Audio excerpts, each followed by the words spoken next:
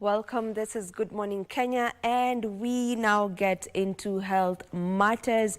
And as you can already tell from the weather that we're experiencing, we are into the cold season. And of course, in June, it's normally also cold. July is also cold. And then maybe the cold will be done with the cold rather, maybe around August thereabout. So it is only right for us to have this conversation, and that is on dealing with allergies during cold seasons. We need to get to know how well we can prevent ourselves from getting some of these allergies, or if you're someone who has seasonal allergies, how well to just manage them. And in studio with me is Dr. Theophilus Wangata.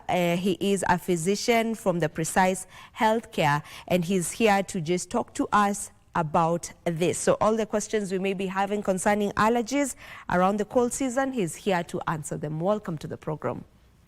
Thank you. It's a pleasure to have you. A pleasure to have you too. Okay, how about we begin by first just shedding light on what allergies are?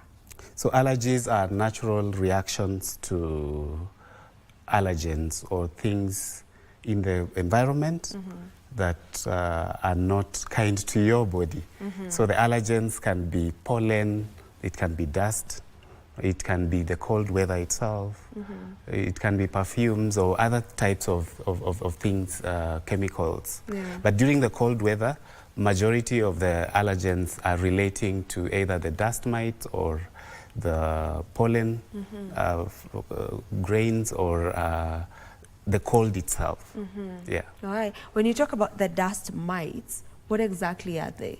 So dust mites are actually small little tiny microscopic animals that are present in the dust, and you cannot see them with your plain eyes. They easily can spread through the air, and they are found in people's homes, and as a result, they can easily get into the respiratory systems and cause allergy. Oh, yeah. Okay. So they are normally within the homes. Yeah. So the best way to do away with them is? Keep the home environment as clean as possible. If there are carpets, ensure that you wash the carpets or you regularly clean the carpets, and ensure the house is not stuffy. Yeah. Yeah. So sometimes you always have this cold that is not ending, and it could be just, you know, maybe your carpet that has not been washed in a long time. Yeah. All right. Yeah. Let's get into the cold allergies now. What are some of the common cold allergies? So we have different types of cold allergies, and it could just be based on what the cause. Like it can be because of the mold, or because of the dust mites, as we've said, or because of pollen. And pollen is all over with us because that's how plants reproduce and pollinate. So especially in areas where there's a lot of farms during the times of harvesting or around the time when there's pollination, it's easy for a lot of allergies to occur. Yeah. Yeah. So those are the allergens that cause some of these allergies. Yes, and especially during the cold weather, you get different types of allergens that are also, they get worse during the cold season.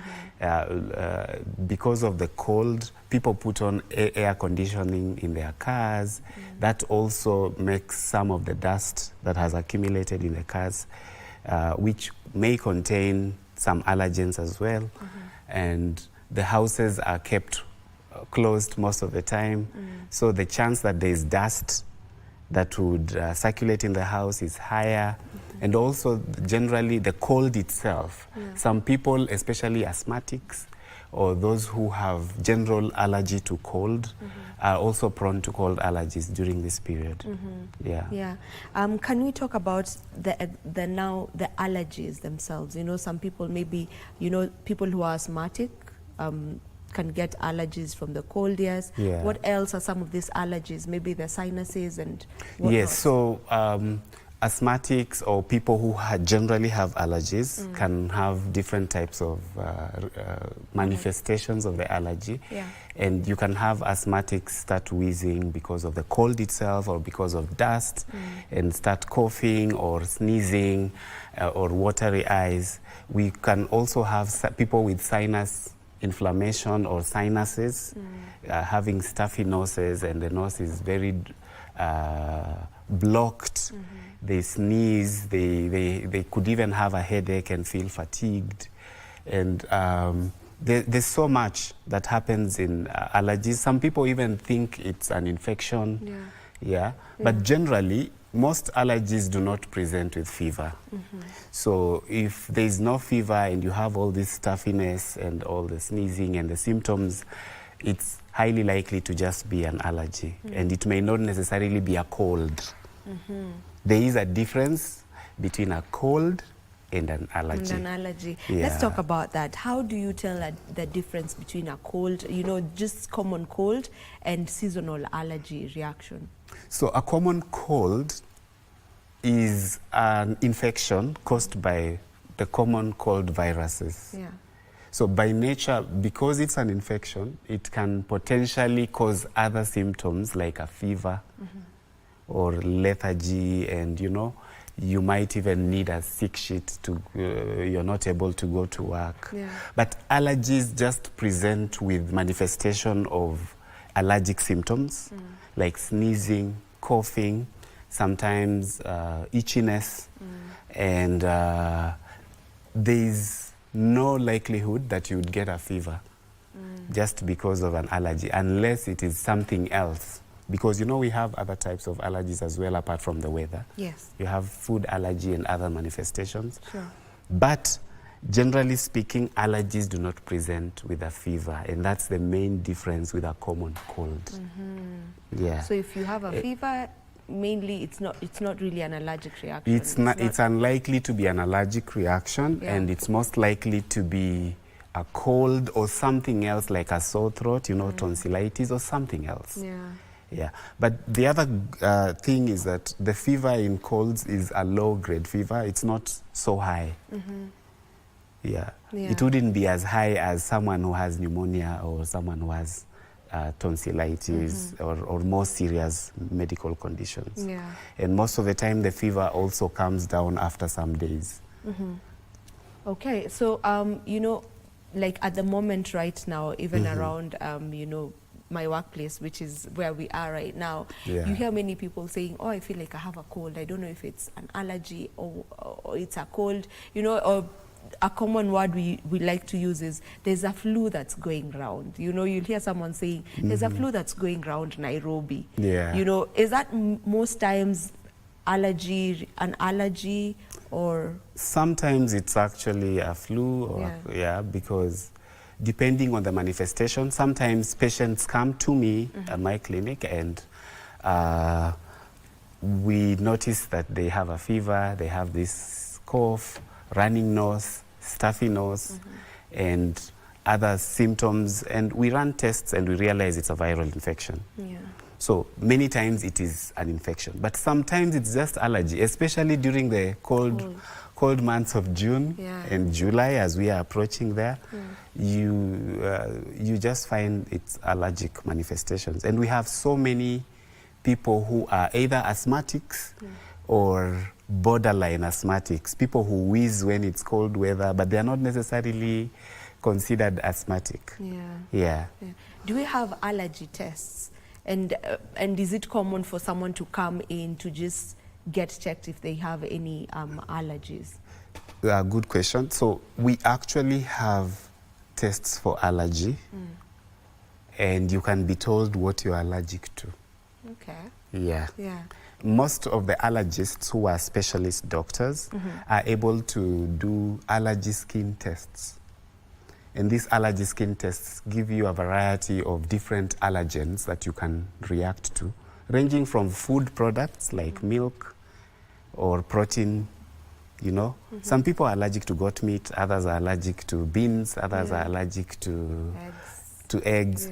And then ranging to now common household things like now dust mites, as I've mentioned, You can even be allergic to cockroaches, and you don't know. What do you mean? There are people who are allergic to corn, How are you maize. allergic? Okay, you've left me at you can be allergic to cockroaches. I mean, we don't eat them. We don't, even if they're somewhere there, you don't really interact with them. They are always in the house. Yeah. Yeah, in some places, you know, unless you get rid of them. Yeah. So whatever the surfaces they are on can potentially leave some of their chemical or compounds or whatever, and that can cause allergies in some people. That's interesting. Yeah. Yeah. So bottom line is allergies can be tested, but tested not in terms of like you can't test cold allergy unless you feel it yourself that you are allergic during cold.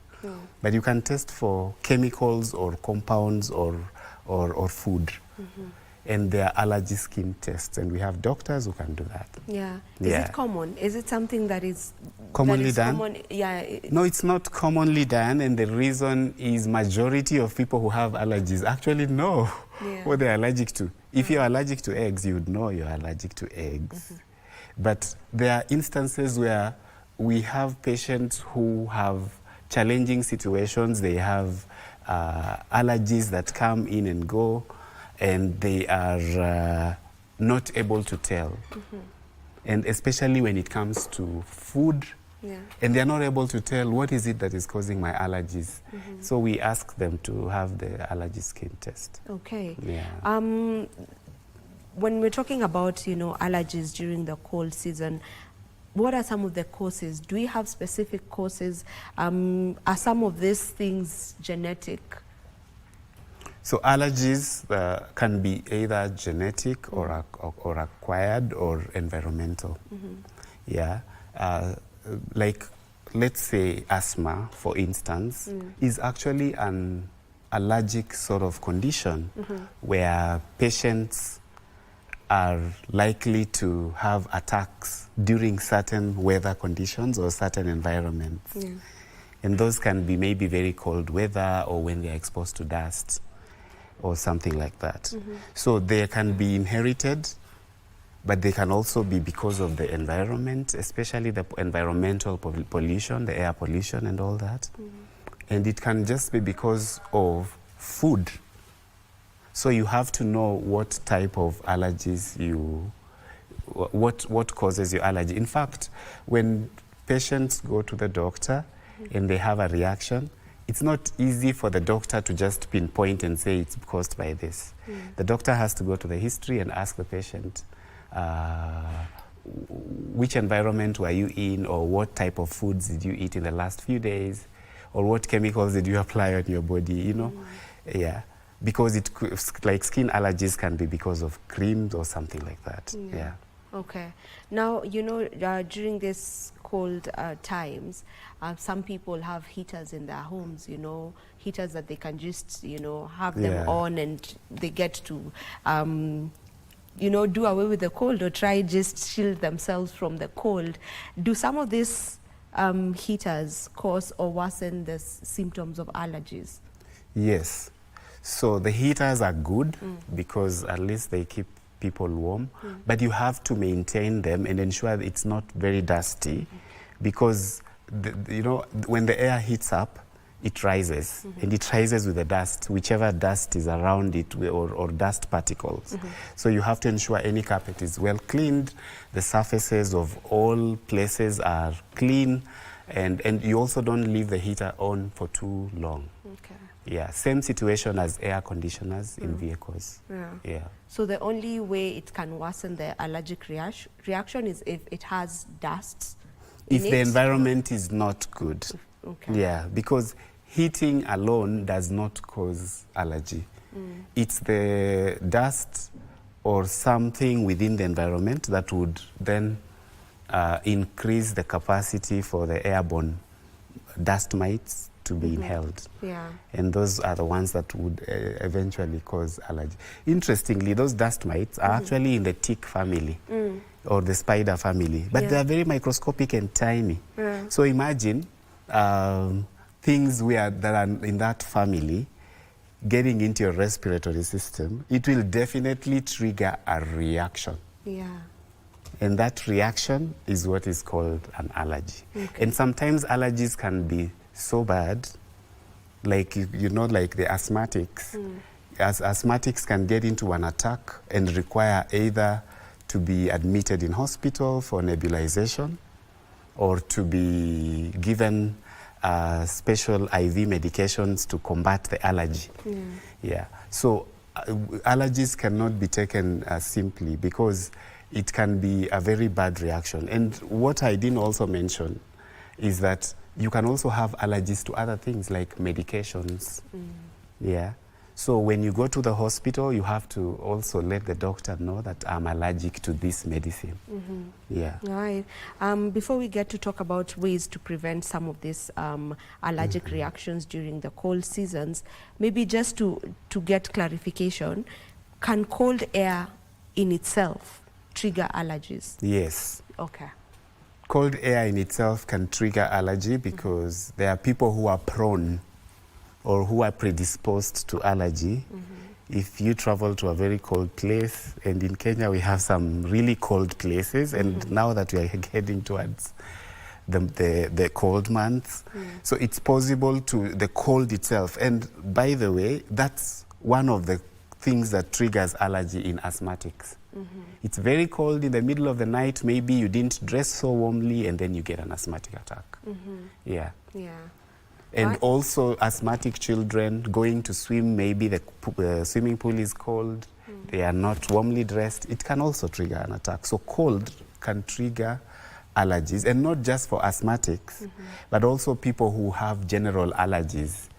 If you are in a cold environment for a long time, you will notice you are starting to have a running nose or sneezing or something like that, for those who have allergies. Yeah. But there are people who don't have allergies. At all. Yeah. Yeah. So for people with people with seasonal allergies, you know, and by seasonal I'm also including the ones who have allergies every time there's the cold weather. Yes. You know, what's the best way to prevent this? Because, you know, for some it's like a usual. Every time it's cold, you just know I'll be having a running nose.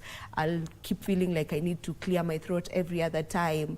You know, just, is there a way to prevent that? Yes, so one is just learn yourself. If you are a mother or a father or a relative of somebody who has allergies, learn them and understand what causes their allergies. For school-going children, majority of the challenges also have to do with just staying warm.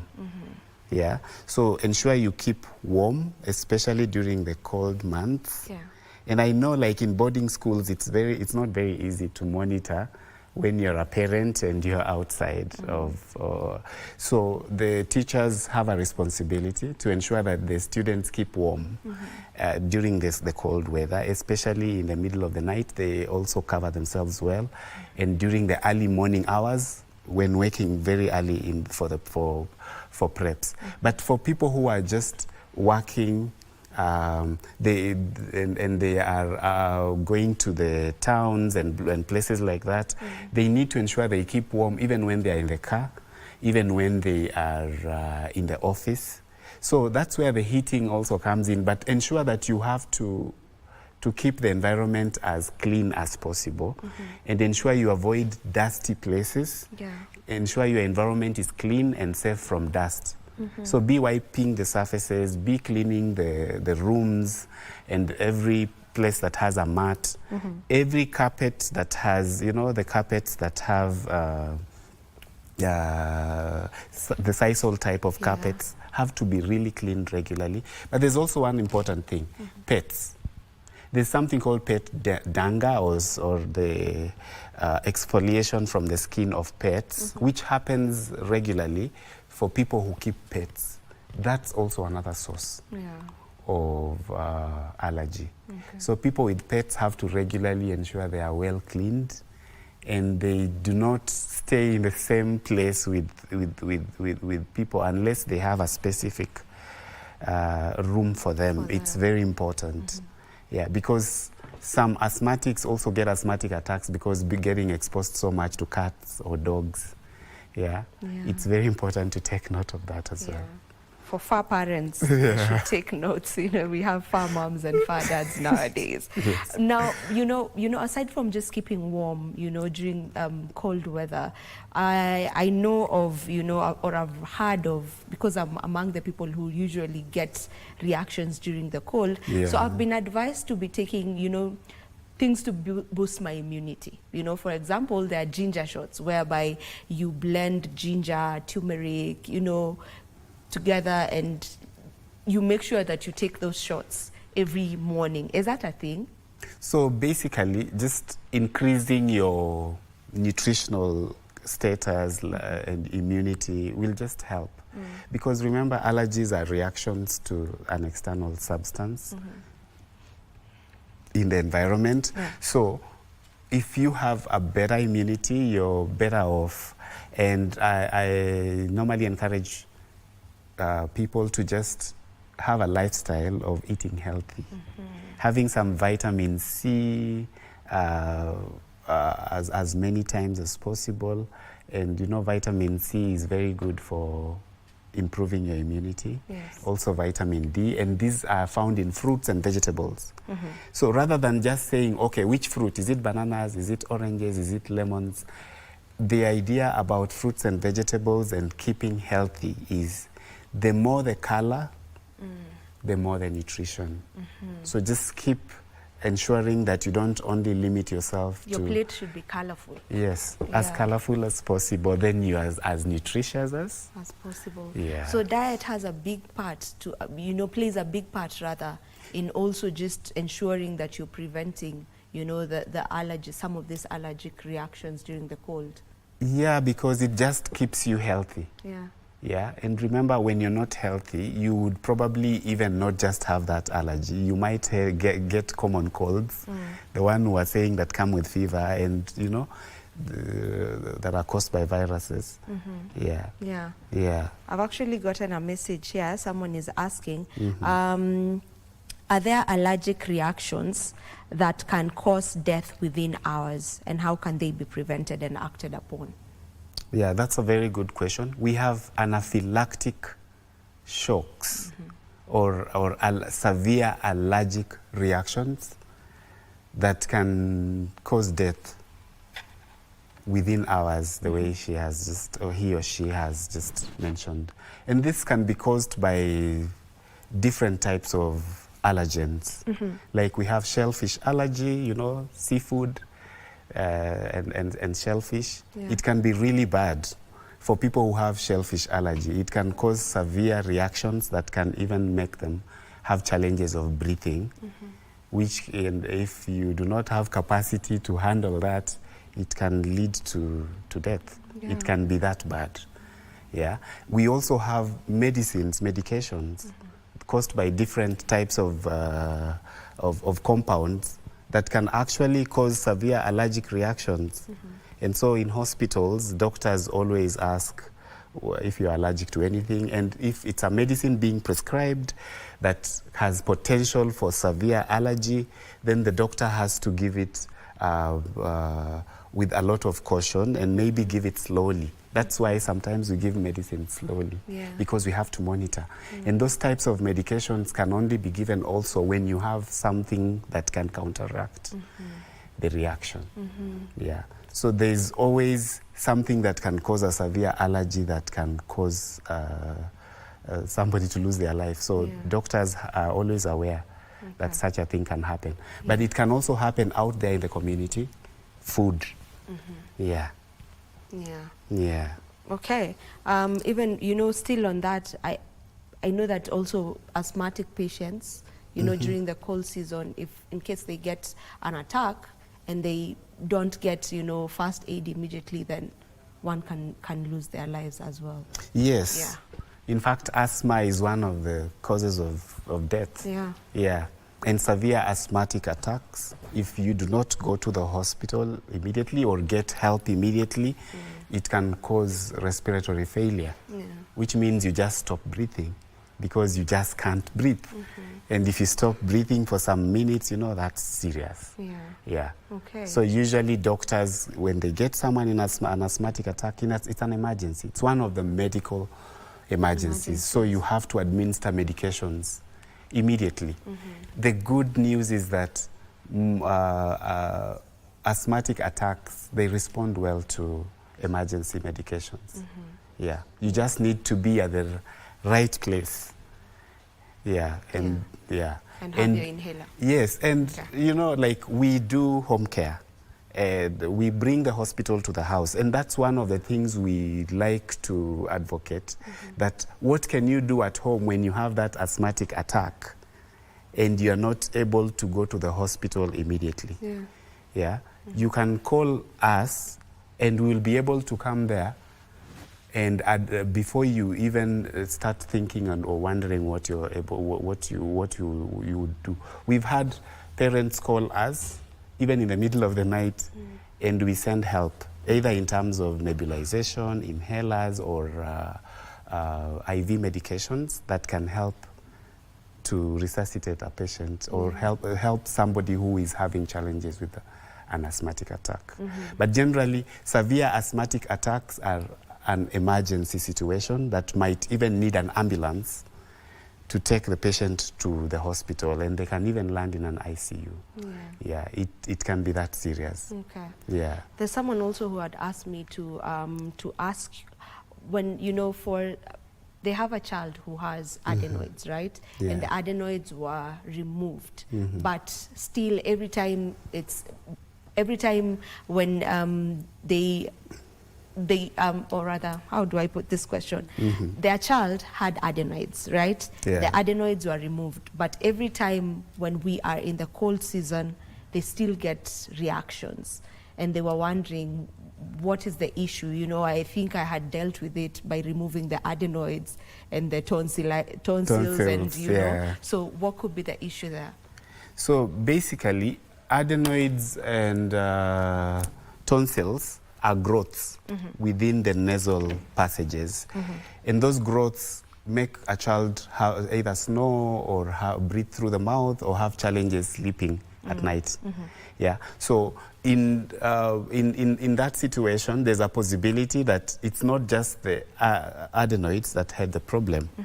There's a possibility that the child also had other seasonal allergies, you know, and if the allergy is caused by dust mites, even if you remove the adenoids, you can still have an allergy, isn't it? Yeah. And so it's important for parents to know that allergy is a little different from adenoids and tonsils. Yeah. Okay. As we get into maybe just looking at ways to manage and the treatment options available, some people take cetirizine, you know, to help in allergies. Is it advisable to take, you know, cetirizine to deal with allergies, you know, like the cold, or someone is itching?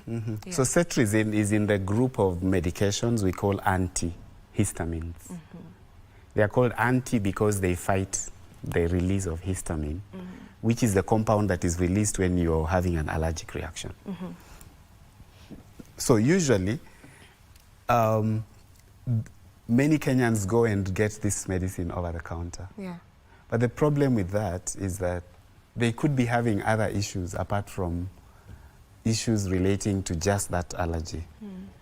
Or either they are over-treating themselves or under-treating themselves. So you need to see a doctor or a trained medical person who will guide you on when to use medications and what dosage to use, because they are also of different dosages. Most times we self-medicate, especially with the, you know, cold reactions. I doubt if, okay, let me speak for myself. Let me not speak for everyone, but most times if I know it's around, we're in the cold season and I'm feeling, you know, like I have a flu or something, I rarely go to the hospital. I'll just go to the, you know, just over-the-counter medication and take that medicine. So it's not really advisable to do that. It's not advisable to keep using over-the-counter medications for allergies. Because again, you might find that there could be something else that is causing your running nose or your sneezing and all that. And we have other conditions, just as you mentioned, sinusitis. You might need to see an ENT. Physician or ENT doctor who will be able to properly diagnose your sinusitis, and some sinuses require surgery. So imagine if you are just self-medicating and you might need proper treatment. Yeah. Yeah. Okay. So let's look at treatment options in general now. What would you advise, like in terms of the treatment options available for allergic reactions, specifically during the cold times? So during the cold times, you need to know yourself. If you're allergic to cold, just keep warm. There's the home remedies, like keeping warm, ensuring the environment is clean. Besides that, if the allergies persist, then you need to see a doctor. If you're wheezing, for instance, then the doctor will prescribe specific medications, like inhalers or tablets or whatever medications that will ensure that you can just take one puff and you'll be good. Your day will be okay. So there's the role for the patient and there's the role for the doctor. The role for the patient is to ensure their environment is clean. And patient does not mean somebody who is sick. It can mean anybody who can get, in waiting. We see that. Yeah, unfortunately. Anyone who can potentially get an allergy. Yeah. So you don't have to be sick in a hospital bed. To call yourself a patient. Yes. Yes. Yeah. You just need to know that you can potentially get an allergy. Yeah. And always have a physician's number with you in case, because some allergies can be so bad in the middle of the night. Yeah. Yeah, and you need to do something about it. So before you decide which medicine to take, whether it's cetirizine, as you've mentioned, it's best to call the doctor and let the doctor guide you on what needs to be taken. And this is the digital age. The doctor can also send you an e-prescription. You know, we also do consultations that are virtual. So the doctor can do a virtual consultation and send you an e-prescription. And with that prescription, it's easier to just have a pharmacy deliver the medication. That is better and faster and more professional than going to the pharmacy and saying, give me this medication. Yeah. So you don't have to leave your house. Yeah. You don't really have to leave your house. Yeah, technology has advanced. Yes. Yeah. Yeah. But now I'm trying to think of, go ahead. Yeah, you don't have to leave your house because like we have hospital, which means house hospital. The patients can call us. Yeah. Can I say the number that they can call us on? Okay. 0713 749 001. 0713 749 001. So patients can call us. Yeah. And when you call us, even if it's in the middle of the night, we can, if the situation is not so serious, we can do an e-prescription and even have the pharmacy deliver the prescription to you. So you don't have to leave the house. But if it is serious, we can bring the doctor to the house or bring the nurse to the house. Yeah. But now I'm trying to imagine someone who lives in, you know, areas that are the internet is not even as stable, or someone is somewhere deep in, you know, in the village. Rural areas. Yeah, in the village, and they could be watching us right now. Yeah. Maybe what's the best way to just manage some of these reactions? Remedies that they can just use in the house for those who can't be able to also just phone a doctor. First of all, keep warm all the time, as much as possible, even in the middle of the night. There are people who say, oh, I have a challenge, you know, sleeping and covering myself. Please, if it's cold, just cover yourself. And then ensure that you always have a number you can call. It's very important, even if it's the local clinical officer or the local nurse in the village. It's very important because you might need them in the middle of the night. Also, ensure that you have home remedies. Like we all hear of dawa and all that. Prepare some, have some ginger, lemon, honey. You know those home remedies that keep you well hydrated. Also drink a lot of water and ensure you have a lot of fruits and vegetables during this season. Yeah, and one of the bigger challenges is again water, because when it's too cold, people don't like to drink. So they get dehydrated. They are more prone not only to allergies, but to other medical conditions as well. Okay, someone is asking, not taking sugar or breakfast, can it help in preventing allergies? You know, sometimes you're told, usikunywe sukari. Yeah. You know, so does it help? So sugar has nothing really relating to allergies. Okay. It has everything to do with other things like diabetes or tonsillitis. Some people get tonsillitis when they take too much sugary related things like ice cream and all that. Yeah. But it has nothing to do with allergies per se. Yeah. Yeah. Can one have... Okay, go. Sorry. Yeah, sorry, it has nothing to do with shortcut. allergies per se, but generally speaking, you know, it's more healthy to limit your sugar intake. Because why would you want to take a lot of sugar that your body doesn't need? And that's why we have high levels of obesity in the country. Yeah? Yeah. Because people are taking in more. Imagine fueling a vehicle beyond what is needed there. The fuel will pour out. Yeah. So this fuel in the body pours out in form of a big kitambi. Yeah, yeah, or diabetes or other health conditions. Yeah. Yeah. Can one be allergic to cold water? You know, some people say, you know, even in high schools, there are people who have prescription for just showering with hot water. Yeah. Can one be allergic to cold I water? hope head teachers will not wonder whether what this doctor is talking about. But generally speaking, there are people who, as we said, are allergic to cold. And if you're asthmatic, cold water is one of the things you are likely to not be very happy with. Yeah. And if you're exposed to too much cold water, like either in a swimming pool or just the environment is too cold, it can also trigger wheezing.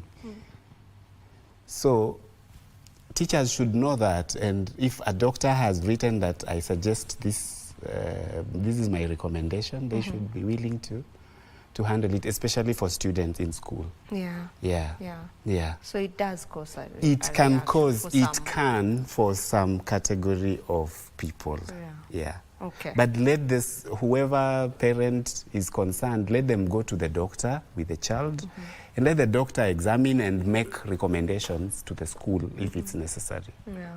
Yeah. There's someone who was saying they normally get reaction on their skin when it's cold. Can it cause a reaction on your skin and not just the usual kind of colds that we know of? You know, when it's cold, I get to sneeze, I get to, you know, have a flu. Can it cause a reaction on the skin? Sometimes it's possible. Yeah. Yeah. But especially in very cold countries, you know, those Scandinavian or countries that are very extremely cold, it is possible that you can have a reaction on the skin. In Kenya, it's not so likely because the cold weather that we have just causes goosebumps, you know, where you feel it's chilly and you're shivering, but not a skin reaction per se. But it's possible in some people, yeah. So they have to see the doctor, and the doctor will advise because skin manifestations of allergy are common, generally, yeah. And it could also be a mix of allergies. You remember I said there can be chemicals like creams, they can be food, yeah. And now we are talking the weather, and sometimes it can be a mix of all that. So you need a proper consultation. Yeah. As we finish up, maybe we can talk about a bit about, you know, how some of this manifests in really young children, and how a parent can be able to know, okay, this is actually a reaction because of the cold. So the main manifestations are the symptoms, and they are respiratory in nature most of the time. Some of them are to do with the eyes, like itchy eyes. You know, a child who is always itching eyes when it's very cold and the eyes are tearing. Then there's the nose is also running, and maybe it's stuffy, the child is sneezing, or there's a cough that in the wee hours of the night. Yeah.